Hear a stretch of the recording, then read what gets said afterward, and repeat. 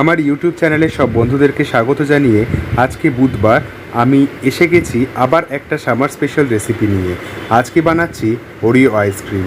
Oreo ice cream বানানোর জন্য প্রথমে ডার্ক চকলেট নিয়ে গরম জলের মধ্যে দিয়ে সেটাকে মেল্ট করে নিলাম। এবার যেই কাপগুলোতে আমি আইসক্রিম বানাবো সেই কাপগুলোর মধ্যে ওই চকলেট দিয়ে কোট করে ফ্রিজে সেট করার জন্য দিয়ে দিলাম।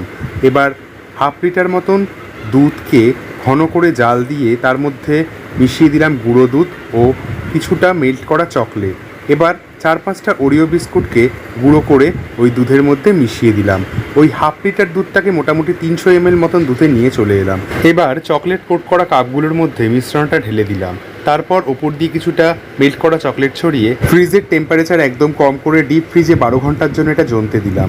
তারপর 12 ঘন্টা পর এটা বার করলে দেখতে পাবেন ওরিও আইসক্রিম একদম জমে রেডি। এমন আইসক্রিম বাড়িতে বানিয়ে খেয়ে জানাবেন কিন্তু কেমন লাগলো।